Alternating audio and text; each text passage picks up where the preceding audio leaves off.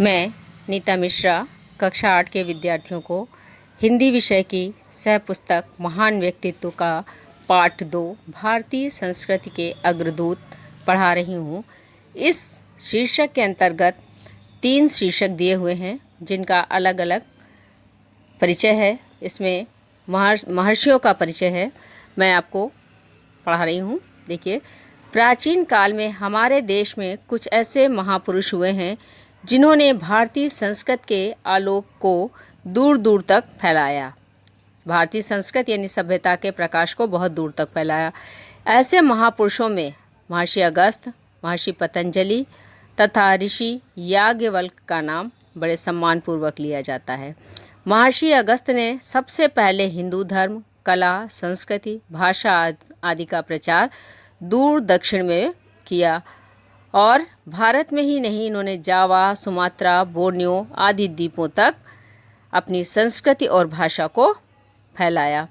महर्षि पतंजलि ने महाभाष्य की रचना की। इस तरीके से इन्होंने साहित्य, धर्म, भूगोल, इतिहास, समाजशास्त्र आदि की बहुत गहरी समीक्षाएं की। रही बात याज्ञवल्क्य की, तो याज्ञवल्क्य ऋषि जो थे, याज्ञवल्क्य स्मृति की इन्होंने रचना की, जिसमें इन्होंने सामाजिक रीतियों, परंपराओं, मान्यताओं को नियमबद्ध किया। इसलिए इन तीनों महापुरुषों का भारतीय संस्कृति के विकास में महत्वपूर्ण योगदान है। अब हम चलते हैं महर्षि अगस्त्य के विषय में विस्तार से जानने के लिए। महर्षि अगस्त्य का जन्म काशी यानी वाराणसी में हुआ था। इनके जन्म काल का निर्णय अभी तक नहीं हो पाया क्योंकि इस विषय में कोई साक्ष्य नहीं मिलता, यानी इनका जन्म कब हुआ था इसके विषय में कोई प्रमाण अभी तक नहीं मिले। बस इतना पता चला है कि ये शैव भक्त थे और काशी विश्वनाथ मंदिर में पूजा पाठ किया करते थे।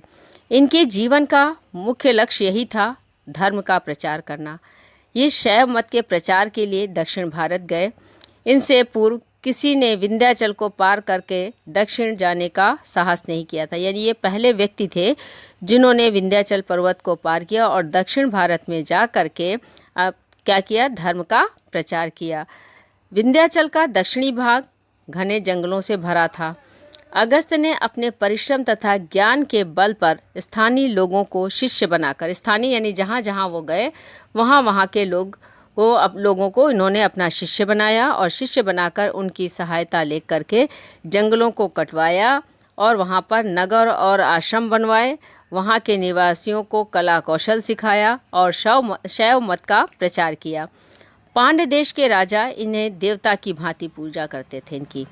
यहाँ अगस्त्य ने आयुर्वेद का प्रचार किया, भाषाओं का संस्कार किया तथा मूर्तिकला का ज्ञान दिया।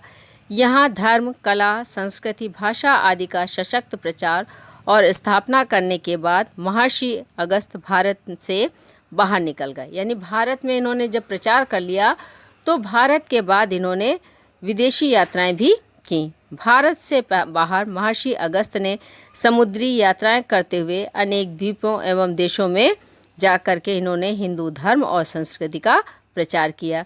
इन्होंने समुद्री यात्राओं में महारत हासिल कर ली थी, इसलिए लोग कहते हैं कि महर्षि अगस्त्य समुद्र पी गए थे।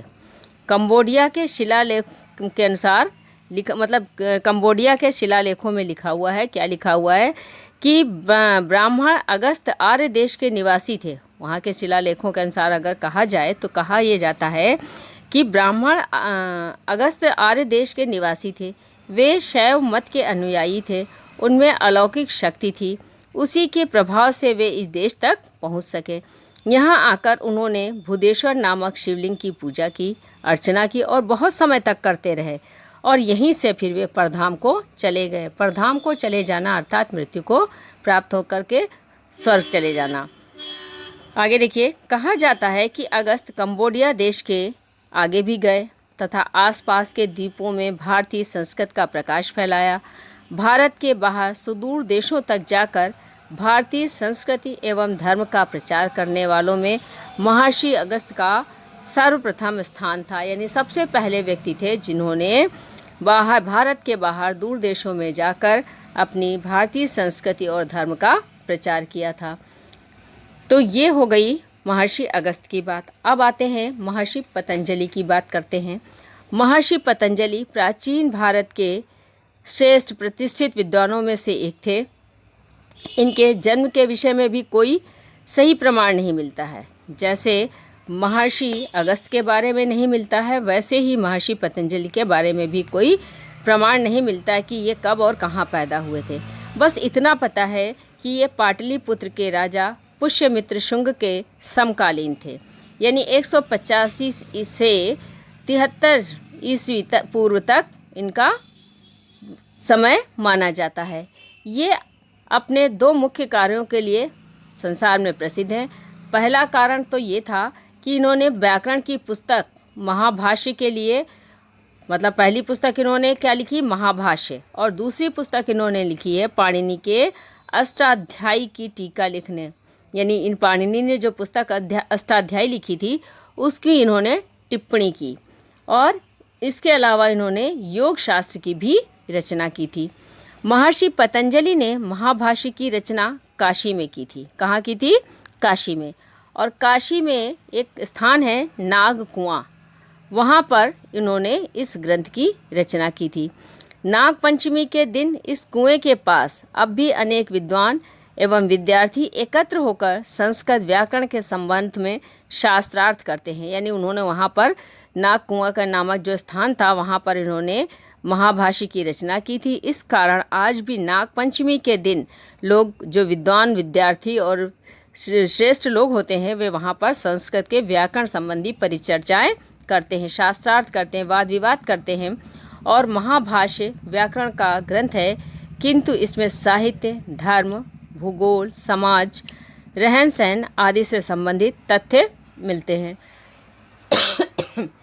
महर्षि पतंजलि की मृत्यु के 200-300 साल बाद इनकी पुस्तक गायब हो गई, क्योंकि उस युग में छापने की कोई मशीन तो हुआ ही नहीं करती थी। हाथ से लिखी पुस्तकें होती थी तो उसकी एक आधी प्रतियां होती थी, यानी एक आधी उसकी कॉपी कर ली जाती थी हाथ से लिखने के बाद।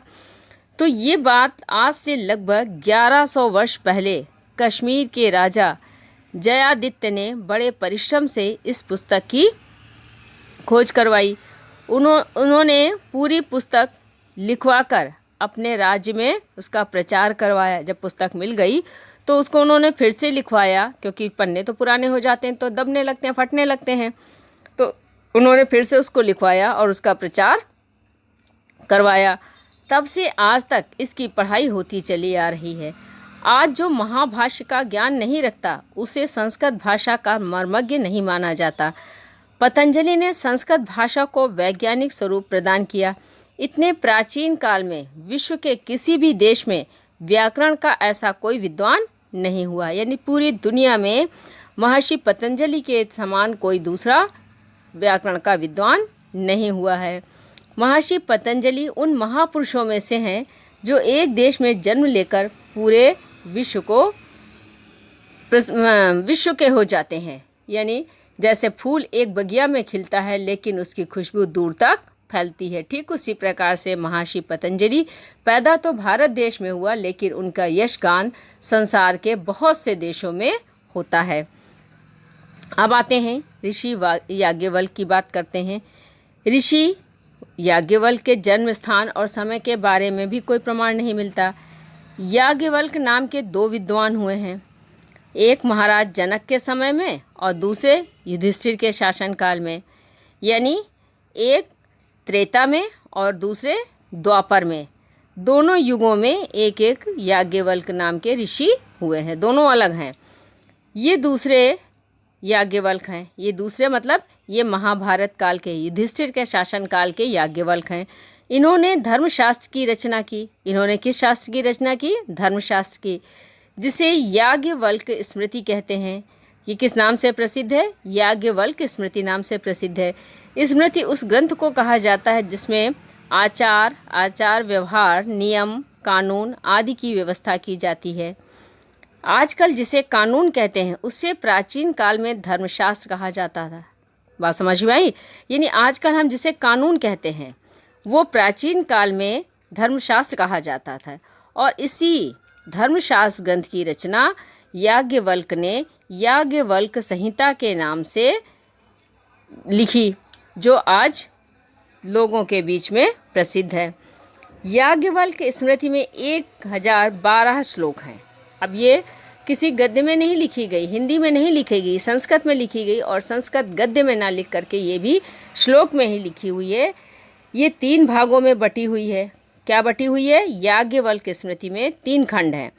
इसमें मनुष्य के जीवन से संबंधित प्रत्येक विषय के नियम बनाए गए हैं। इस पुस्तक का अनुवाद कई भाषाओं में भी हो चुका है। इस पर अनेक टीकाएं बनी हैं। टीकाएं मतलब हिंदी और संस्कृत दोनों लिखा हुआ है उसमें। अगर संस्कृत नहीं समझ में आती है तो आप हिंदी में पढ़ सकते हैं उसको, जिसमें मिताक्षरा तथा दाय भाग विशेष प्रसिद्ध हैं। इसमें से जो टीकाएं बनाई गई हैं उन टीकाओं में 2 विशेष रूप से प्रसिद्ध हैं। पहली तो मिताक्षरा और दूसरी दाय भाग। हिंदू कानून के लिए ये पुस्तक आज भी प्रमाणित मानी जाती है। जो हिंदू लॉ है आज के समय में, उसमें भी इसके नियमों को अपनाया जाता है। पूरे भारत में मिताक्षरा के अनुसार विचार किया जाता है कि जबकि बंगाल में दाय भाग के अनुसार, यानी पूरे भारतवर्ष में मिताक्षरा नियम माना जाता है और एक बंगाल ही ऐसा प्रांत है जहाँ पर दाय भाग के अनुसार नियम चलाए जाते हैं। ऋषि याज्ञवल्क ने शास्त्रार्थ में भी अनेक विद्वानों को हराया था। इन्होंने हमारे समाज की आवश्यकताओं को ध्यान में रखकर इस ग्रंथ की रचना की थी, जो आज भी उसी प्रकार से सम्माननीय है। याज्ञवल्क ने भारतीय संस्कृति को अमर बनाने की सफल चेष्टा की। संन्यास लेते समय उन्होंने अपनी पत्नी मैत्रेयी को जो उपदेश दिया था वो संपूर्ण उपनिषदों का सार है, निचोड़ है, तथ्य है, सार है, कुछ भी कह सकते हो। या हम अपनी आम भाषा में आपको बताएं तो हम कह सकते हैं सारांश है। क्यों? क्योंकि जब पूरी बात को हम छोटे शब्दों में उसको कहते हैं तो हम कह देते हैं सारांश में बता दिया। तो ये सारांश है उसका। क्या सारांश है? जो उपदेश दिए थे उन्होंने अपनी पत्नी का नाम था मैत्रेयी, वो सारा का सारा उपनिषद में उसका वर्णन है। वो उपनिषद में उसका सारा सार गर्भित है। ये हो गई 3 छोटी छोटी कहानियाँ महापुरुषों पर आधारित। इनमें से आपको तीनों के बारे में थोड़ा थोड़ा लिखना है। थोड़ा थोड़ा कैसे लिखोगे? मुख्य मुख्य पॉइंट्स जो है वो सारांश के रूप में, जैसा अभी हमने आपको बताया सारांश, तो सारांश के रूप में आपको लिखना है। उसके बाद अब इसमें से कोई भी प्रश्न आ जाता है तो आपके लिए सरल हो जाता है। जैसे महर्षि अगस्त ने दक्षिण भारत में कौन से सामाजिक कार्य किए थे? सामाजिक कार्य कौन से किए थे महर्षि अगस्त ने? कि जंगलों को साफ करवा के आश्रम बनवाया था, आश्रम बनवा के वहाँ पर कला का विकास किया था, इस तरीके से शैव मत का प्रचार किया था। ये सारी बातें आपको उसमें बताना पड़ेगा। फिर जब आपको सारांश याद होगा तो प्रश्न उत्तर आपके लिए कठिन नहीं होंगे। ये बात अच्छी तरीके से समझ लीजिए। महाभाष्य की रचना किसने और कहाँ की? महाभाष्य की रचना कहाँ हुई थी? नागकुआं के पास हुई थी। और किसने की थी? इसकी रचना पतंजलि ने की थी, महर्षि पतंजलि ने की थी। लुप्त महाभाष्य की खोज किसने कराई थी? लुप्त महाभाष्य की खोज आज से लगभग 1100 साल पहले कश्मीर के राजा जयादित्य ने करवाई थी। फिर ऋषि याज्ञवल्क ने किस ग्रंथ की रचना की थी?